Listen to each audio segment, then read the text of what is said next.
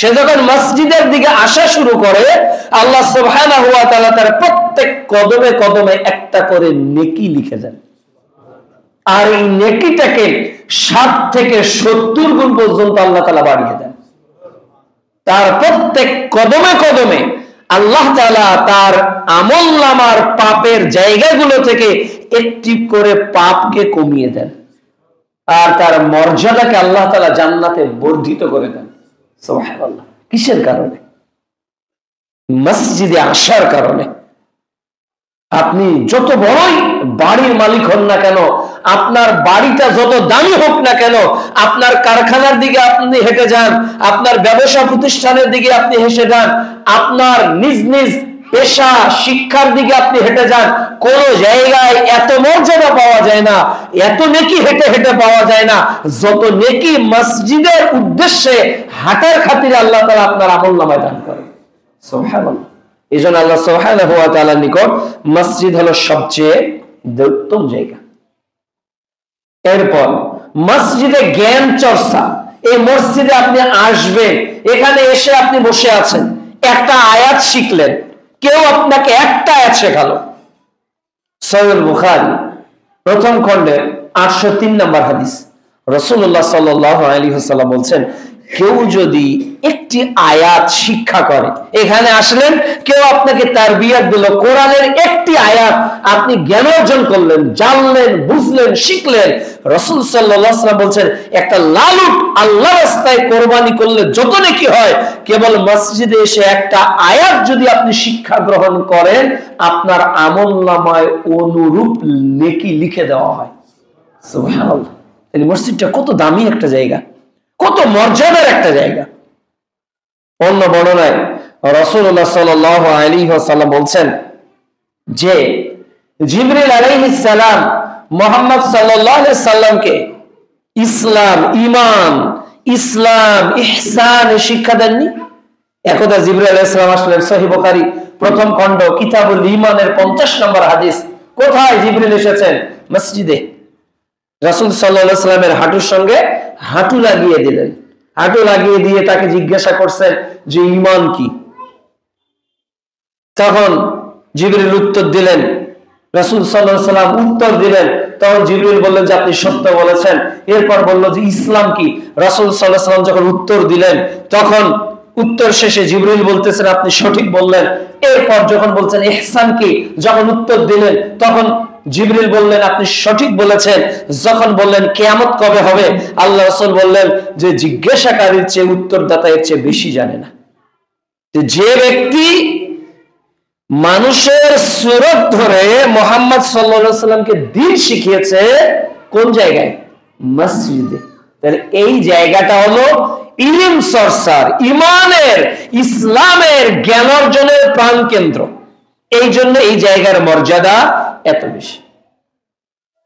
অন্য বর্ণনায় রাসূল সাল্লাল্লাহু আলাইহি সাল্লাম বলছেন যে তোমরা সকাল সন্ধ্যা মসজিদের দিকে যাও, সকাল সন্ধ্যায় তোমরা সন্ধ্যার সময়গুলো মসজিদের দিকে যাও, কেননা এর মাধ্যমে তোমাদের অন্ধকারকে আলোকিত করা হবে। কিভাবে? অন্ধকার যখন হয় তখন বেশি বেশি মসজিদে যান। অন্ধকার মানে এশা রক্ত, অন্ধকার মানে ফজর রক্ত। দেখবেন এই সময়টা অন্ধকার, এই সময়টা অন্ধকার। রাসূল সাল্লাল্লাহু আলাইহি সাল্লাম বলছেন যখন অন্ধকার সময় থাকে তখন তোমরা মসজিদের দিকে বেশি বেশি যাও, কেননা কিয়ামতের দিন যে অন্ধকার চলে আসবে, কবরে যে অন্ধকার চলে আসবে, বিচারের মাঠে যে অন্ধকার চলে আসবে, এই অন্ধকারকে দূরীভূত করবে দুনিয়ার এই অন্ধকার সময়টা যারা মসজিদের দিকে হেঁটে হেঁটে আসবে। সুবহানাল্লাহ। as-salatu নূর, সালাত হলো আলো, সালাতটাই হলো আমাদের জন্য আলো। এই সালাত মসজিদে আমাদেরকে আলোকিত করবে, কবর আলোকিত করবে, বিচারের মাঠ আলোকিত করবে, আমাদের বিভিন্ন বিপদগুলোকে। রাসূল সাল্লাল্লাহু আলাইহি সাল্লাম অন্য বর্ণনায় বলছেন যে মানুষ যদি জানতো, সহিহ বুখারী প্রথম খণ্ড বাবুস সালাত 657 নম্বর হাদিস, মানুষ যদি জানতো ফজর ও এশার অর্থে কি নেকি আছে, এটা যদি মানুষকে জানিয়ে দিতেন আল্লাহ যে ফজরে কেউ যদি সালাত আদায় করে আর এশায় কেউ যদি সালাত আদায় করে এর নেকিটা কি, এটা যদি মানুষ জানতো, তবে একটা নেকি তিনি বলেছেন, তাহলে এর আরো বড় নেকিটা কি হতে পারে? রাসূলুল্লাহ সাল্লাল্লাহু আলাইহি সাল্লাম বলছেন, যে ব্যক্তি এশার সালাত জামাতের সহিত পড়লো, অর্ধেক রাত জেগে ইবাদত করলে যত নেকি পাওয়া যায়, এশার সালাত জামাতের সহিত আদায় করলে তত নেকি পাওয়া যায়। এর পরের বাক্যে তিনি বলেন, যে ব্যক্তি ফজরের সালাত জামাতের সহিত পড়লো, পুরো রাত জেগে ইবাদত করলে যত নেকি পাওয়া যায়, ফজরের সালাতে জামাত বদ্ধ আদায় করলে তার আমলনামায় তত নেকি লিখে দেওয়া হয়। তাহলে এটা তো গেল সারা রাত জেগে ইবাদত করবেন, এর কি নেকি হবে। কিন্তু মুহাম্মদ সাল্লাল্লাহু আলাইহি সাল্লাম বলছেন, শোনো, মানুষ যদি জানতো এশা আর ফজরের রক্তে কি নেকি আছে, তার মানে এই নেকিটাকেও ছড়িয়ে গেছে এমন একটা নেকি যেটা আল্লাহ তাআলা মানুষকে জানায়নি। মানুষ যদি জানতো তাহলে মানুষ হামাগুড়ি দিয়ে হলেও মসজিদে চলে আসতো। এই সময়টা আপনি অসুস্থ, হামাগুড়ি দিয়ে দিয়ে চলে আসতেন। কত গুরুত্ব রয়েছে মসজিদের, কত গুরুত্ব রয়েছে এই মসজিদের। প্রিয় উপস্থিতি, রাসূল সাল্লাল্লাহু আলাইহি ওয়াসাল্লাম মসজিদ সম্পর্কে আরো গুরুত্বপূর্ণ কথা বলেছেন। আমরা মৌলিক বিষয়গুলো আপনাদেরকে যতগুলো টাচ দেওয়া দরকার এতগুলো দেওয়ার চেষ্টা করব ইনশাআল্লাহ। তবে রাসূল সাল্লাল্লাহু আলাইহি ওয়াসাল্লাম মসজিদের কিছু আদব, কিছু নিয়মের কথা বলেছেন। এই মসজিদে আসলেন, মসজিদ একটা আদবের জায়গা, এটা একটা শৃঙ্খলাবদ্ধ পরিবেশ। এখানে এজ এ মুসল্লি হিসাবে আপনার করণীয় কি, মুসল্লি হিসেবে আপনার দায়িত্ব কি কি? আপনি আপনার মতো করে মসজিদে ঢুকবেন, আপনি আপনার মতো করে বসবেন, আপনি আপনার মতো করে হেলাহেলি করবেন, আপনি আপনার মতো করে এখানে স্টে করবেন না, এটারও একটা নিয়ম নীতি আছে। আল্লাহ তাআলা বলছেন, লাকাদ কানা লাকুম ফি রাসূলিল্লাহি উসওয়াতুন হাসানাহ, তোমাদের জন্য উত্তম আদর্শ নিহিত আছে মুহাম্মদ সাল্লাল্লাহু আলাইহি ওয়াসাল্লামের মধ্যে। তাহলে রাসূল সাল্লাল্লাহু আলাইহি ওয়াসাল্লাম কিভাবে মসজিদের আদব রক্ষা করার জন্য বলেছেন, আমরা এই বিষয়ে কিছু জানার চেষ্টা করব। তার আগে রাসূল সাল্লাল্লাহু আলাইহি ওয়াসাল্লাম বলছেন যে এমন একটা জামানা চলে আসবে মানুষ মসজিদ নিয়ে গর্ব করবে। সুনানে আবু দাউদ 449 নম্বর হাদিস, যে এমন একটা সময় চলে আসবে মানুষ মসজিদের চাকচিক্য নিয়ে, মসজিদের অভিজাত্য নিয়ে গর্ব করবে। একজন যদি 3 তলা ফাউন্ডেশন দেয়, তো পাশের গ্রামের আরেকজন চেষ্টা করতেছে যে ওরা তো 3 তলা ফাউন্ডেশন দিয়ে দিল, তো আমাদের 4 তলা দিতে হবে। এটা কিসের প্রতিযোগিতা? মুসল্লি বানানোর নাকি মসজিদ বাড়ানোর? মসজিদ বাড়ানোর প্রতিযোগিতা। মসজিদকে কিভাবে চাকচিক্য করা যায়, এটা হলো কিয়ামতের আলামত। ওরা টাইলস কিনেছে আপনার 16x16, আমরা 24x24 কিনি। ওরা 24x24 নরমাল টাইলস কিনেছে, আমরা মিরর পলিশটা কিনি। এই যে প্রতিযোগিতা চলছে, ওরা কেবল ফ্লোরে টাইলস দিয়েছে, আমরা পুরো ওয়ালটা টাইলস দিয়ে দিই।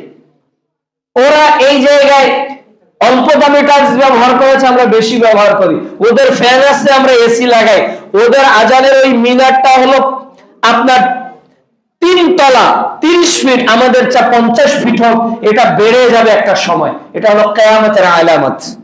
মানুষ মসজিদ নিয়ে গর্ব করবে, মসজিদ নিয়ে অহংকার করবে। যে অবস্থাতে এই মসজিদের আদব, 1 নাম্বার আদব হলো যে মসজিদে দোয়া পড়ে প্রবেশ করা। কোন ব্যক্তি যদি মসজিদে ঢোকে, সর্বপ্রথম তাকে কি বলে প্রবেশ করতে হবে? দোয়া বলে। সহিহ মুসলিম মিশকাতুল মাসাবি প্রথম খণ্ড 703 নাম্বার হাদিস, রাসূল সাল্লাল্লাহু আলাইহি ওয়াসাল্লাম বলেন, ইজা দাখালা আহাদুকুল মাসজিদ ফালিয়াকুল, যখন তোমাদের কেউ মসজিদে প্রবেশ করে সে যেন বলে, আল্লাহুম্মা ফতাহলি আবওয়াবা রাহমাতিক, আল্লাহ তোমার রহমত, তোমার এই রহমতের দরজাগুলো আমার জন্য উন্মুক্ত করে দাও। সুবহানাল্লাহ। তাহলে এটা দোয়া বলে ঢুকতেছেন, আল্লাহ তোমার যে রহমতের দরজা আছে এই মসজিদে ঢুকে যাতে তোমার রহমত প্রাপ্ত বান্দাদের আমি অন্তর্ভুক্ত হই। এই দোয়া পাঠ করে আপনাকে আমাকে মসজিদে প্রবেশ করতে হবে। 2 নাম্বার, ওয়াইদা খরাজা আর যখন কেউ মসজিদ থেকে বের হবে ফালিয়াকুল, সে যেন বলে আল্লাহুম্মা ইন্নী আসআলুকা মিন ফাদলিক। এই দোয়া হলো প্রথম। তাহলে মসজিদে কিভাবে ঢুকবো? দোয়া পড়ে। বের হব কি বলে? দোয়া পড়ে। তাহলে মসজিদে ঢোকার আদব হলো এটা প্রথম। আমরা ডিসি অফিসে অনেকে গিয়েছি, যাইনি? অনেকে আপনার বসের অফিসে গিয়েছেন, আপনার ঊর্ধ্বতন কর্মকর্তার অফিসে গিয়েছেন। আচ্ছা, আপনারা যান কিভাবে? অবশ্যই আপনার মধ্যে একটা ভদ্রতাবোধ কাজ করে, অনুমোদনের কাজ করে। এই মসজিদে যখন প্রবেশ করবেন তখন প্রত্যেককেই এই দোয়াটা পড়ে প্রবেশ করতে হবে। 2 নাম্বার হলো আপনাকে সালাম দিতে হবে। সুনানে আবু দাউদ প্রথম খণ্ড কিতাবুস সালাতের 925 নম্বর হাদিস। যখন আপনি মসজিদে ঢুকবেন সালাম দিতে হবে। এখন কেউ মসজিদে ঢুকেছে সালাম দিয়ে, আর আপনি সালাতে আছেন, কি করবেন? আবু দাউদের 925 নম্বর হাদিস। তখন আপনি ইশারার সহিত সালামের জবাব দিবেন। এর নাম হবে ওয়া আলাইকুমুস সালাম। মুখে বলা যাবে না, সালাতের ক্ষেত্রে মুখে ওয়া আলাইকুমুস সালাম বলা যাবে না, ইশারায় আপনাকে জবাব দিতে হবে। তবে যারা এমনিতেই জিকির আজকার করতেছেন, কোরআন তেলাওয়াত করতেছেন, তারা সালাম যিনি দিলেন তার উত্তরটা প্রদান করবেন। তাহলে এটা হলো 2 নাম্বার আদব। 3 নাম্বার হলো 2 রাকাত সালাত আদায় করে বসতে হবে। মসজিদে আসলেন আর চট করে বসে গেলেন, জি না, বসা যাবে না। 2 রাকাত সালাত আদায় করেই বসতে হবে। এর আগে কোন মুসল্লি বসতে পারবে না। খুতবা চলুক আর যে অবস্থায় চলুক, আপনাকে সালাত আদায় করেই বসতে হবে। সহিহ বুখারী প্রথম খণ্ড 444 নম্বর হাদিস। কাতাদা রাদিয়াল্লাহু তাআলা আনহু বলছেন, রাসূলুল্লাহ সাল্লাল্লাহু আলাইহি ওয়াসাল্লাম বলেছেন, ইযা দাখালা আহাদুকুমুল মসজিদ ফালা ইয়াজলিস। যখন তোমাদের মধ্যে কেউ মসজিদে প্রবেশ করবে, ফালা ইয়াজলিস, সে যেন না বসে, হাত্তা, ততক্ষণ পর্যন্ত, ইউসাল্লি রাকাতাইন, যতক্ষণ সে 2 রাকাত সালাত আদায় করে নাই। তাহলে মসজিদের 3 নাম্বার আদব হলো আপনাকে ঢুকে আগে 2 রাকাত সালাত আদায় করতে হবে, এরপর বসতে হবে। এটা খুতবা চলাকালীনও করতে হবে। অনেক মসজিদে লেখা থাকে, দেওয়া থাকে, লাল বাতি জ্বলাকালীন সুন্নত সালাতের নিয়াত করবেন না। এটা মেড ইন চায়না, এটা মক্কা মদিনার কোনো বর্ণনা নয়। খুতবারত অবস্থায় সালাত পড়া নিষেধ। এগুলোর কোরআন হাদিসে কোনো ভিত্তি নাই, এগুলো হুজুরদের তৈরি করা কথা। যদি থাকে তো হুজুর নিচে কি কোনো আয়াত দিয়েছে কোরআনে যে খুতবারত অবস্থায় সালাত পড়া যাবে না? বুখারী, মুসলিম, আবু দাউদ, তিরমিজি, নাসাই, ইবনে মাজাহ, দারিকুতুনি, মিশকাতুল মাসাবি, এত নম্বর খণ্ডের এত নম্বর পৃষ্ঠা, এত নম্বর, কিছুই নেই। এগুলো চলে আসতেছে। অথচ মুহাম্মদ সাল্লাল্লাহু আলাইহি ওয়াসাল্লামের স্পষ্ট হাদিস, যখন কেউ মসজিদে প্রবেশ করে সে যেন 2 রাকাত সালাত আদায় করে, এর আগে সে যেন না বসে। 5 নাম্বার, উত্তম পোশাক পরে মসজিদে আসা। উত্তম পোশাক, সূরা আরাফ অধ্যায় 7 আয়াত 31। যখন কেউ মসজিদে আসে সে যেন সুন্দর পোশাক পরে আসে, যেটা ভালো পোশাক এটা পরে আসে। আর আমরা শ্বশুর বাড়ি যাওয়ার সময় কোন পোশাকটা সিলেক্ট করি? চাকরিতে জয়েন করার সময় কোন পোশাকটা সিলেক্ট করি? আপনি একটা চাকরির ইন্টারভিউ দিতে যাচ্ছেন, ওখানে কোন পোশাকটা সিলেক্ট করেন? আপনি কোন একটা জায়গায় আত্মীয়র বাড়িতে বেড়াতে যাচ্ছেন, ওখানে কোন পোশাকটা সিলেক্ট করেন? আর মসজিদে যখন আসেন তখন কোন পোশাকটা সিলেক্ট করেন? তো দেখা যাবে যেটা কোন রকম যাচ্ছি আর আসতেছি, তো লুঙ্গি পরে গেলেই তো হয়, হাফ হাতা গেঞ্জি পরে গেলেই তো হয়, তো হাফ হাতা গেঞ্জি পরে ডিসি অফিস যান না কেন? আল্লাহর ঘরের থেকে ডিসি অফিসের ঘরটা কি বেশি দামি? যদি নাই দামি হয় তাহলে এই অ্যাটিটিউড কেন আমাদের? কৃষক কাজ করতে করতে ওভাবে মসজিদে চলে আসলাম। কেন চলে আসলেন? ওভাবে তো চেয়ারম্যানের কাছে যান না, ওভাবে তো শ্বশুর বাড়ি যান না, ওভাবে তো মেম্বারের কাছে চাল নিতে যান না, ওভাবে তো কিস্তি তুলতে যান না, ওভাবে তো দুনিয়ার আর কোনো পথ ঘাটে চলেন না। মসজিদকে এত অবহেলা কেন? দেখেন আজকে আপনি আপনাকে করছেন, মাইসেলফ, আপনি আপনাকে প্রশ্ন করেন যে আপনার বাড়ির উত্তম পোশাকটা আপনি পরে আজকে এসেছেন কিনা। যদি না আসেন তাহলে বোঝা যাচ্ছে মসজিদ আপনার কাছে দামি কোনো জায়গা নয়। এবং আপনার সালাত কার সামনে দাঁড়াচ্ছে ওই ব্যক্তি সম্পর্কে আপনার কোনো জ্ঞানই নেই। আপনি একটু পর যার সামনে দাঁড়াবেন উনি আপনার স্রষ্টা। আপনি একটু পর যার কাছে চাইবেন যে ইহদিনাস সিরাতাল মুস্তাকিম, উনি আপনার প্রতিপালক।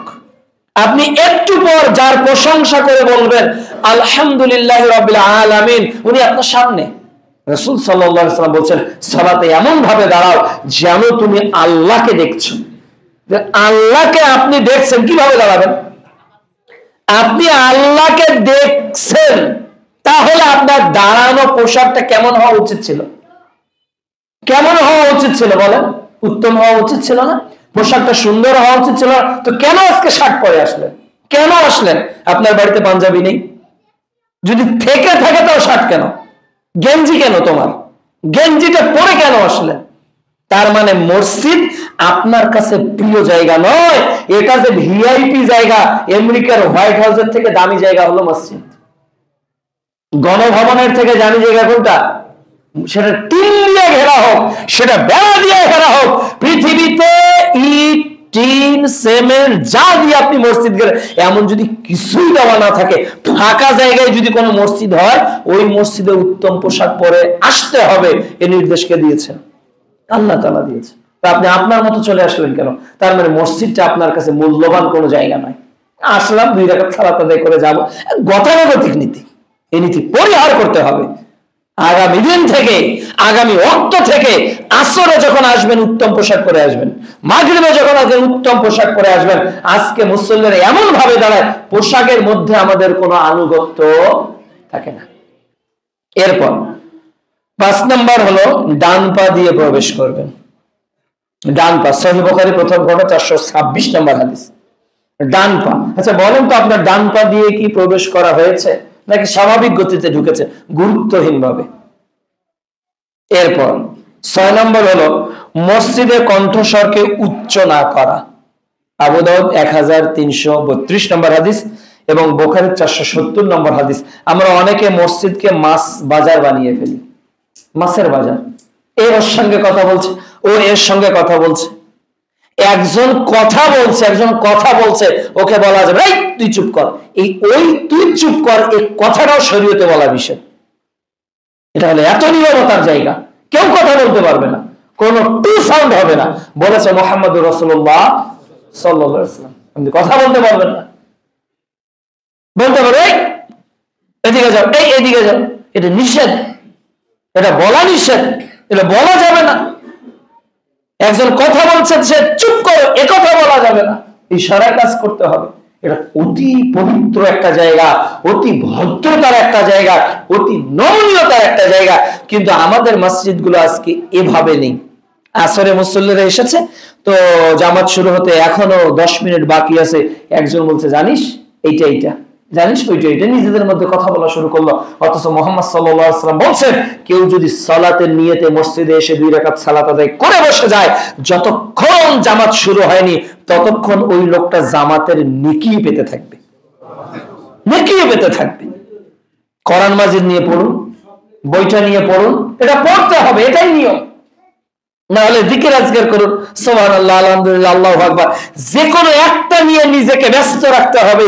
এসেছেন নেকি কামায়ের উদ্দেশ্যে, আপনাকে গুরুত্ব দিতে হবে। এর পরের বিষয়টা হলো যে মসজিদে কেউ ডিঙিয়ে আসবেন না, কেউ ডিঙিয়ে আসবেন না। এখানে যারা কাতারে দাঁড়িয়েছে অবস্থায় থাকবে, কেউ ডিঙিয়ে আসতে পারবে না। অথচ দেখা যায় যে 5 জন 6 জন 60টা কাতার ডিঙিয়ে আরেকজন সামনে চলে আসতেছে। কেন চলে আসতেছেন? এটা নিষেধ আছে, আপনি পারবেন না আসতে। পারবে কে?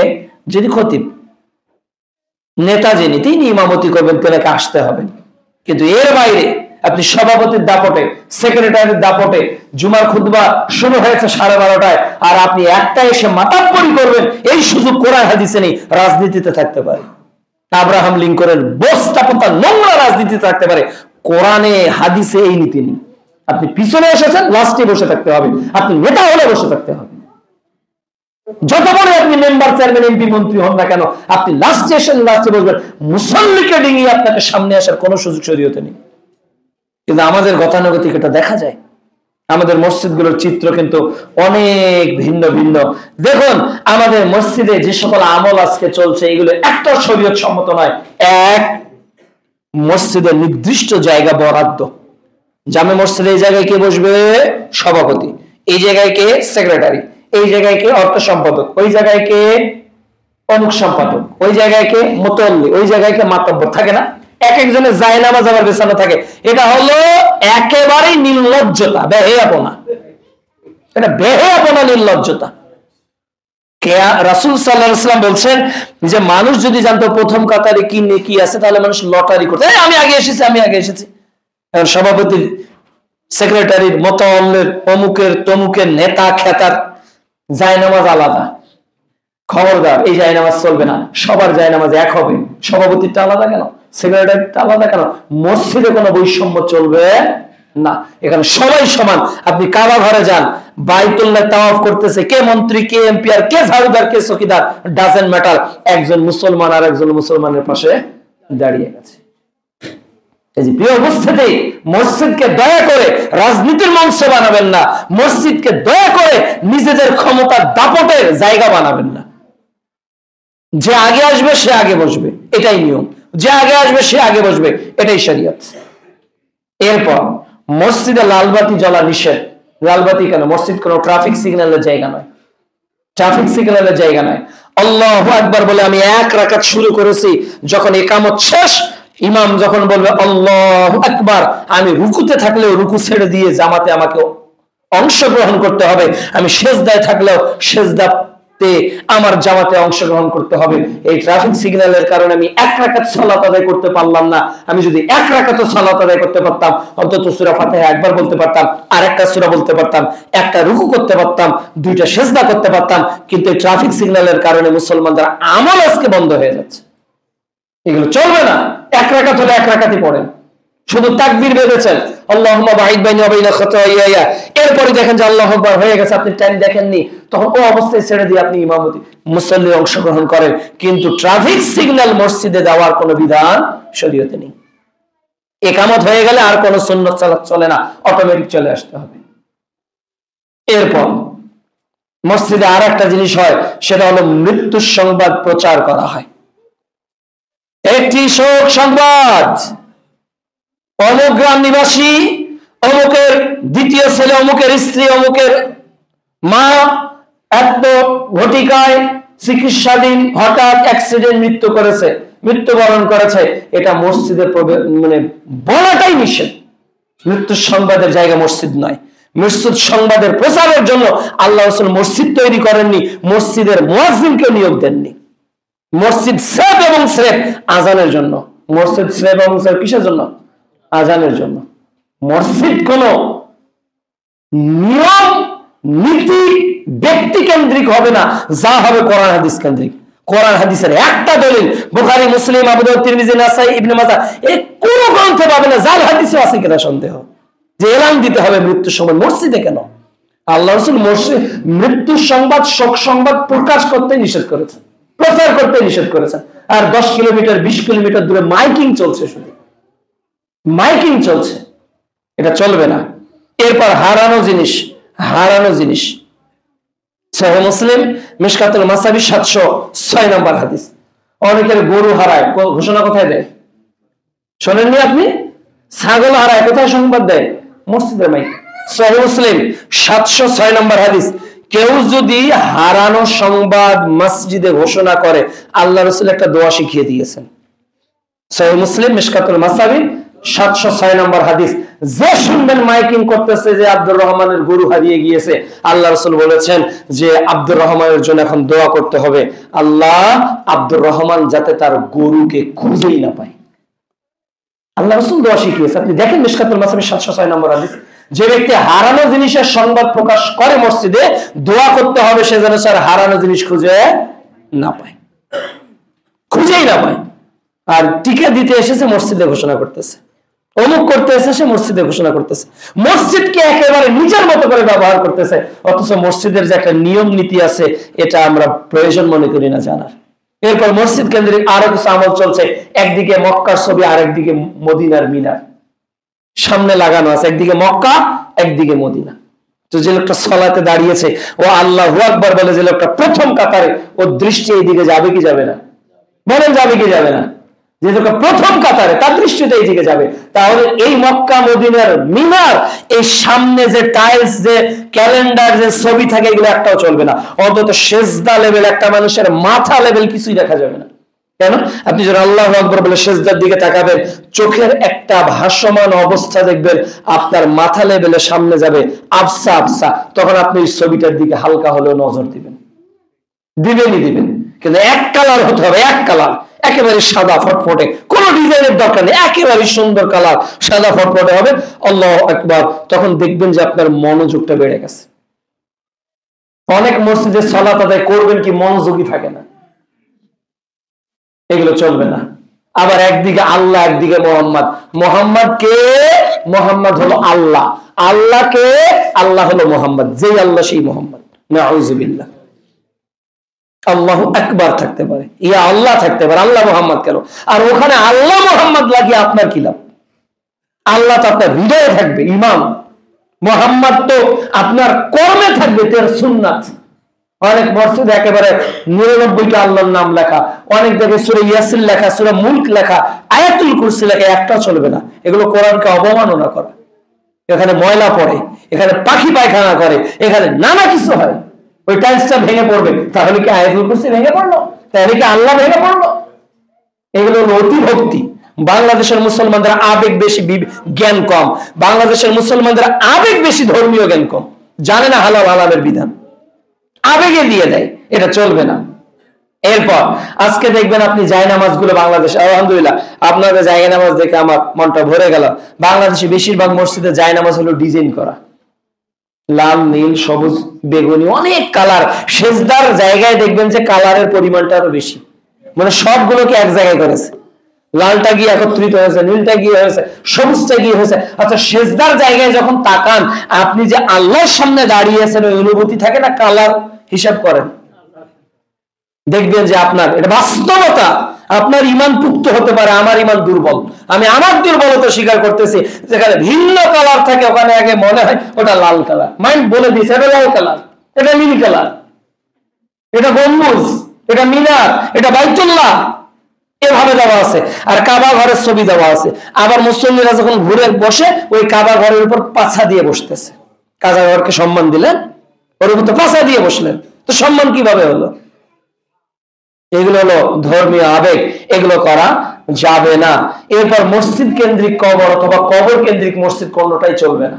অনেক জায়গায় আছে মসজিদের পাশে কবর দিতে হয়। কেন? ওই কাজী নজরুল বলেছে, মসজিদের ওই পাশে আমায় কবর দিও ভাই, যেন সকাল সন্ধ্যা মুয়াজ্জিনের আজান শুনতে পাই। যে লোকটা মারা গেছে, ওকে আজান শুনবে? ওকে একামত শুনবে? করছেন কেন শুনবে না? ও জগৎটাই আলাদা। মসজিদে জায়গা দিয়েছে, বলছে বাপের কবরটা মসজিদের নিকট দিব, জিনা চলবে না। মসজিদ তৈরি করেছেন, জানা গেছে যে কবর আছে, হয় মসজিদ সরাতে হবে, নাহলে কবর সরাতে হবে। কবর কেন্দ্রিক মসজিদ, মসজিদ কেন্দ্রিক কবর, কোনোটাই চলবে না।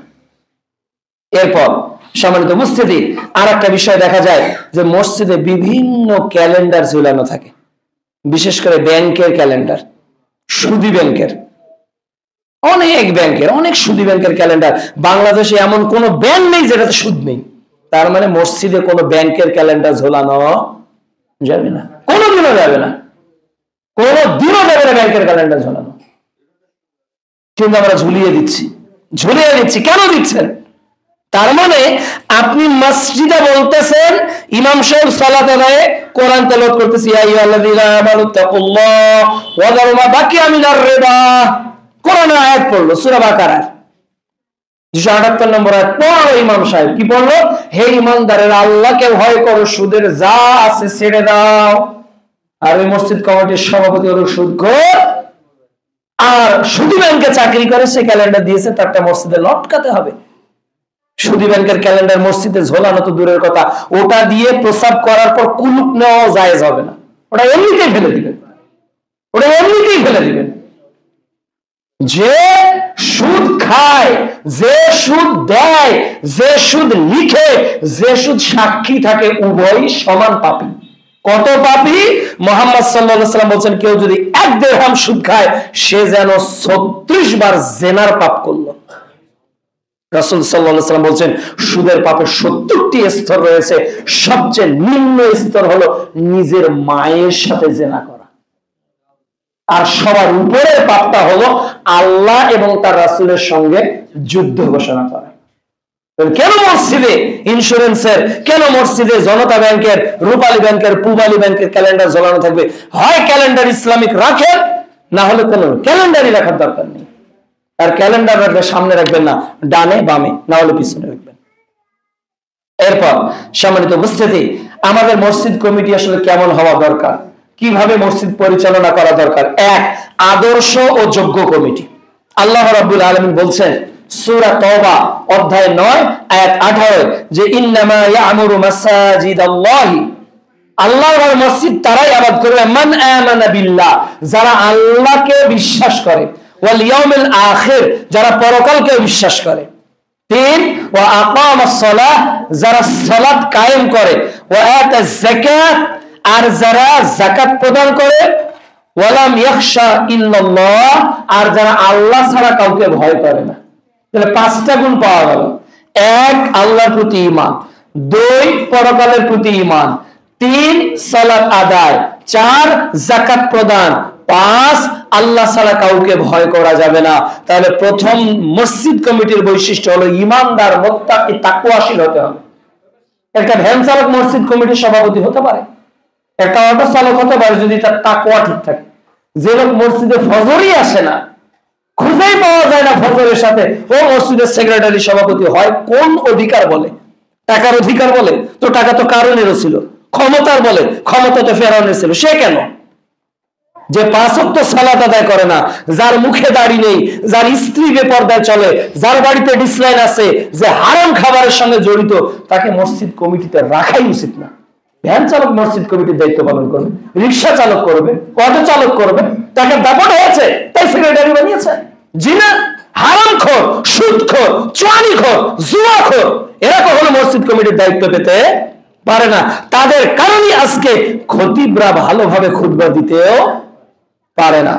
2 নাম্বার, মসজিদ কমিটির বৈশিষ্ট্য হতে হবে যে মসজিদ আবাদ করতে হবে ইলমের চর্চা কেন্দ্রে। আজকে মসজিদ কেবল সালাতের জায়গা বানিয়েছে, মসজিদ কেবল সালাতের জায়গা বানিয়েছে, এখানে আর দ্বীনি কোনো আলোচনা হয় না। অথচ মুহাম্মদ সাল্লাল্লাহু আলাইহি ওয়াসাল্লামের মসজিদ ছিল দ্বীনি মুযাকারার জায়গা। সহিহ বুখারী 1386 নম্বর হাদিস, তিনি প্রতিদিন ফজরের পর ঘুরে বসতেন আর জিজ্ঞাসা করতেন কে স্বপ্ন দেখেছো, অন্য রক্তে বলতেন এইটা জিনিস আজকে শেখো, পরের রক্তে বলতেন এইটা শেখো। তাহলে মসজিদ ছিল সোর্স অফ নলেজ, এটা হলো জ্ঞান অর্জনের একটা জায়গা ছিল। কিন্তু আজকে মসজিদে আসি আর চলে যায়। আজকে মসজিদ আপনারা কত লক্ষ টাকা দিয়ে করেছেন, কিন্তু এখন পর্যন্ত কোনো বই মসজিদে খুঁজে পাওয়া যায় না। ফ্যান বিক্রি করে বই কেনেন, লাইট বিক্রি করে বই কিনতে হবে, ফ্যান বিক্রি করে বই কিনতে হবে, লাইট বিক্রি করে বই কিনতে হবে। আর মসজিদ কমিটির আমি বুঝি না যে মসজিদ ছাদ পেটানো হলো, মসজিদ ঢালাই দেওয়া হচ্ছে, মসজিদে টাইলস লাগানো হয়, মসজিদে এসি লাগানো হয়, অথচ মসজিদ কমিটি এই আকলটা মাথায় জাগে না যে মসজিদে সালাতের জায়গা কেমন হোক, অন্তত ইস্তেনজা, প্রস্রাব পায়খানার জায়গা অনেক দামি হতে হবে। আমি আপনাদের প্রস্রাবখানায় গিয়ে মনে হলো যে আমার গায়ে ছিটা পড়তেছে প্রস্রাবের, এটা একটা হলো তো টাইলস দিয়ে কি লাভ? অন্তপক্ষে এই ফ্যানগুলো সব বিক্রি করে কালকে একত্র হওয়ার আগে আপনাকে প্রস্রাবখানা আগে ঠিক করতে হবে। ওইটা আগে, ফ্যান আগে ছিল দরকার ছিল না, কার্পেট আগে দরকার ছিল না। এমনিতে মানুষ সেজদা দিক, আল্লাহ রাসূলের মাথায় তো কাদা ভরতো সেজদা দেওয়ার সময়, পানি ছিল। কিন্তু প্রস্রাব কবরে 2টা কারণে সবচেয়ে বেশি শাস্তি হয়। এর একটা হলো ইস্তেনজা সঠিকভাবে আদায় না করা। তো প্রস্রাবের ইস্তেনজাই তো আপনাদের নিতে, আপনারা পবিত্রতা অর্জন করেন কোথায়? পানি ছিটা পড়লে একবার করে 1000 বার উজু করলে তো উজুই হবে না, উজুই হবে না। এই পোশাক পরিবর্তন করতে হবে। এই জন্য অনুরোধ করবো মসজিদ কমিটি আগে প্রস্রাব পায়খানা নিশ্চিত করেন, এরপর কি কাজ করবেন সেটা ভিন্ন কথা। আগে প্রস্রাব পায়খানা সুন্দর, আগে তাহারাত, কোরআন হাদিসে দেখবেন আগে তাহারাত অধ্যায় এসেছে, মানে পবিত্রতা অধ্যায়, এরপর সালাত। পবিত্রতার আগে সালাত হয়? তাহলে পবিত্রতা অর্জনের বিষয়টাকে আগে বেশি গুরুত্ব দিতে হবে। এরপর বলছিলাম কোরআনী ইলমের পরিবেশ তৈরি করতে হবে। মসজিদে মক্তব থাকতে হবে, বাচ্চারা এসে কোরআন শিখবে। মসজিদে ইলমের চর্চা থাকতে হবে। এখানে সপ্তাহে একদিন সাপ্তাহিক তালিম হবে, মাসে একদিন আলোচনার ব্যবস্থা হবে, মুনাকারা হবে, এই বিষয়টা থাকতে হবে। 4 নম্বর বিষয় ভিত্তিক খুতবা হবে। আজকে খুতবার বিষয় হলো মসজিদের হক। এই বিষয়ের উপর আলোচনা হয়তো 3-4টা জুমাও যেতে পারে। আমি তো একেবারে সংক্ষিপ্ত আলোচনা করতেছি। মসজিদের খতিব যারাই আসবে আজকের পর থেকে তাকে বিষয় দেওয়া থাকবে, 6 মাস আগে বিষয় সিলেক্ট করা থাকবে, কে কোন দিন কোন বিষয়ের উপর খুতবা দিবে। বিষয় ভিত্তিক কোনো খুতবা ছাড়া খুতবা হবে না। প্রত্যেকের আর্থিকভাবে এটাকে এই পর্যায়ে নিয়ে যাওয়ার জন্য সহযোগিতা করতে হবে। বাংলাদেশে মসজিদে খুতবা হয় আর মুসল্লিরা ঘুমায়, তাই না? কেন ঘুমায়? আজকে আলোচকরাও লেখাপড়া করে না, গতানুগতিক আলিম ফাজিল পাস করেছে, ওই এক বক্তব্য বারবার দিতে আছে। চলবে না। বিষয় ভিত্তিক তাওহীদ, রিসালাত, আখিরাত, গবেষণাধর্মী বক্তব্য হতে হবে। এটা হলো মসজিদ কমিটির দায়িত্ব, কোন বিষয়ে খতিব বক্তব্য দিচ্ছে। এরপর পাঠাগার থাকতে হবে, যোগ্য আদর্শ মসজিদ কমিটির দায়িত্ব হলো সুন্দর পাঠাগার থাকতে হবে। 6 নম্বর প্রযুক্তির ব্যবহার করতে হবে। প্রযুক্তির ব্যবহার, এই যে জুমা চালু হলো, এর একটা পেজ থাকতে হবে, এর একটা আলোচনা ছড়িয়ে দেওয়ার জন্য সুন্দর সাউন্ড সিস্টেম থাকতে হবে, অর্থাৎ এর মাধ্যমেও যাতে ইলমের প্রচার ঘটে। আজকে এই আলোচনাটা আপনারা এখানে 200-400 মানুষ শুনলেন, কিন্তু এটা মিডিয়ার মাধ্যমে হাজার লক্ষ মানুষের কাছে চলে যাবে না? চলে যাবে। এই জন্য আধুনিকতার ভাষাটা মসজিদে সঠিকভাবে থাকতে হবে। এরপর সর্বশেষ যেটা বলবো, অবকাঠামো। মসজিদের অবকাঠামো, একটা মানুষ এসে যাতে সুন্দরভাবে সালাত আদায় করতে পারে, শীতের সময় যাতে শীত না লাগে, গরমের সময় যাতে এসি ফ্যানের ব্যবস্থা থাকে, এই বিষয়টা করতে হবে। লাভ কি? রাসূল সাল্লাল্লাহু আলাইহি ওয়াসাল্লাম বলছেন, মান বানা লিল্লাহি মাসজিদান বানাল্লাহু লাহু বাইতান ফিল জান্নাহ। যে ব্যক্তি মসজিদ তৈরি করে, আল্লাহ তাআলা ওই ব্যক্তির জন্য জান্নাতে ঘর তৈরি করে। সুবহানাল্লাহ। তারা এই মসজিদের যারা ইট দিয়েছেন, যারা ফ্যান দিয়েছেন, যারা সহযোগিতা করেছেন, তারাই সফলতা অর্জন করেছেন। আল্লাহ তাআলা আমাদের মসজিদের হকগুলো আদায় করার তৌফিক দান করুন। আল্লাহুম্মা আমিন। আলহামদুলিল্লাহি ওয়াহদাহু ওয়াসসালাতু ওয়াসসালামু আলা মান লা নাবিয়্যা বা'দাহু ওয়া আলা আলিহি ওয়া সাহবিহি আজমাইন ওয়া মান তাবি'আহুম বিইহসান ইলা ইয়াউমিদ্দিন, আম্মা বা'দ। ইন্নাল্লাহা ওয়া মালাইকাতাহু ইউসাল্লুনা আলান নবী يا أيها الذين آمنوا صلوا عليه وسلموا تسليما اللهم صل على محمد وعلى آل محمد كما صليت على إبراهيم وعلى آل إبراهيم إنك حميد مجيد اللهم بارك على محمد وعلى آل محمد كما باركت على إبراهيم وعلى آل إبراهيم إنك حميد مجيد। পরিশেষে আরেকটি বিষয় এড়িয়ে গেছে, অনেকে দেওয়ালে হেলান দিয়ে আছেন, অনেকেই আছেন দেওয়ালে হেলান দেওয়ার নিষেধ হাদিসের ভাষায়। অনেকে হাঁটুতে হাত দিয়ে আছেন, এই যে হাঁটুতে হাত দিয়ে আছেন, হাঁটুতে হাত দিয়ে হেলে মাথা নিচু করে খুতবা শোনা নিষেধ। সাহাবাগণ এমন ভাবে রাসূলের দিকে তাকিয়ে থাকতেন, মনে হতো যে এটাই আল্লাহ রাসূলের শেষ ভাষণ, শেষ বক্তব্য। রাসূল সাল্লাল্লাহু আলাইহি ওয়াসাল্লাম বলছেন, কারো যদি তন্দ্রা আসে জায়গা পরিবর্তন করতে হবে। আপনি তন্দ্রা এসেছে, অন্য জায়গায় বসেন, এক জায়গা থেকে আরেক জায়গায়। মাথা হেড ডাউন করে আলোচনা শোনার কোনো সুযোগ ইসলামে নাই। আল্লাহ রাসূল বলেছেন 3 মাথা দিয়ে আলোচনা শোনা যাবে না। 3 মাথা মানে 2 হাঁটু এক জায়গায় আর একটা মাথা, এটা হলো 3 মাথা। এভাবে আলোচনা শোনা যাবে না। আপনি সুন্দরভাবে বসে সালাতের নিয়মে অথবা যেভাবে আপনারা বসে স্বচ্ছন্দ ফিল করেন এ ভাষায় বসে আলোচনা শুনতে হবে।